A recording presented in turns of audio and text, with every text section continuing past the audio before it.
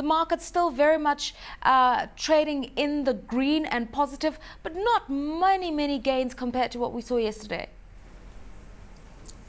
Yeah, today the market closed in the green as most people expected, but the closure today could not be compared to what we saw yesterday because the Ocean Index improved marginally by 0.005% compared to gain of 0.05% that we witnessed yesterday.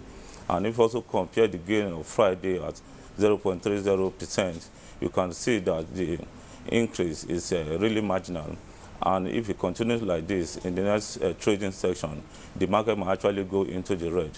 And mostly the stock that actually contributed to the green that we saw today in the market was slightly like corn oil, May and Baker, right, and even Continental Rail. Those were the major stocks that gained today in the market.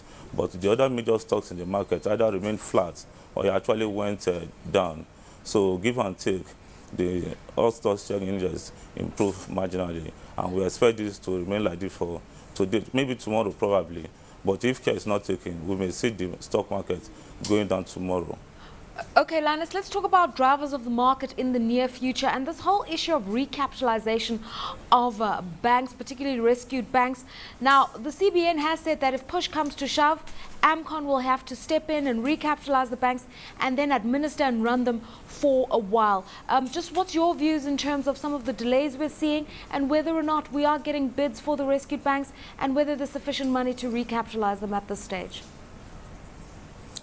Well, the issue of recapitalization, especially regarding those rescued banks in Nigeria, has actually taken longer than most of us expected, especially when CBN started this process. We expected that this process should have long been concluded, but it's still dragging up to now.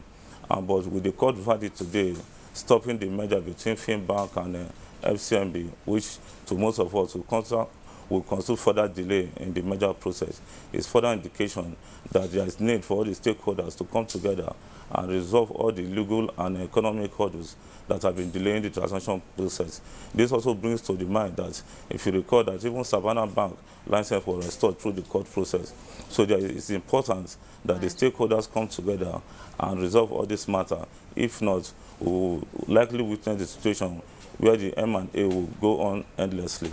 But on the issue of AMCON recapitalizing the bank to about 25 billion in order for them to operate on their own for a while will just amount to nationalization, and this will not augur well for the market, right, because this is a country where government is trying to move away from the public sector to the private sector, and now nationalizing the bank will not augur well for us. But that will be the last option that CBN have to take, right, in order to rescue this bank if the MIA cannot be concluded in good time. Let's talk about other measures being taken this time and the things that are going to impact on you and me, the customer of some of these banks. The announcement 3 weeks ago on cash withdrawal and deposit limits. Anybody who withdraws somewhere in the region of 150,000 naira and above will be fined. If you're a company over 1 million naira per day, you'll be fined. What's the CBN trying to do here? Yeah, what the central bank is trying to do here with this new policy is to transit the Nigerian economy, which is basically cash-driven, or what I call cash-centric economy, into a cashless society. CBN wants to encourage all the practitioners in the Nigerian economy to begin to use other alternative means of, carrying out their transaction, like the ATM, like the debit card, like the credit card. And also, CBN also wants to ensure that a lot more people that are currently on bank move into the main banking stream. And also, CBN is trying to ensure that the risk associated with handling cash is greatly reduced. And we also don't know that in Nigeria, there's a lot of cash transaction and there's high element of risk involved in it. So CBN is trying to address all this. And beyond all this, they're also trying to tackle the issue of money laundering by coming out with this policy. However, most people believe that, even though the policy is well intended and is going to be good for the Nigerian economy in the long run, but for a country that have operated on cash basis for so many decades, the period that CBN has come out with for everybody to transit, which by mid next year, is a little bit too short. So we expect that by the end of the trial period, that CBN might likely, review some of the position it has currently taken. Okay. But overall, I think it's a good development. All right, thanks so much to you, Linus Iwuajoku, who is Head of Research and Market Intelligence at Diamond Bank.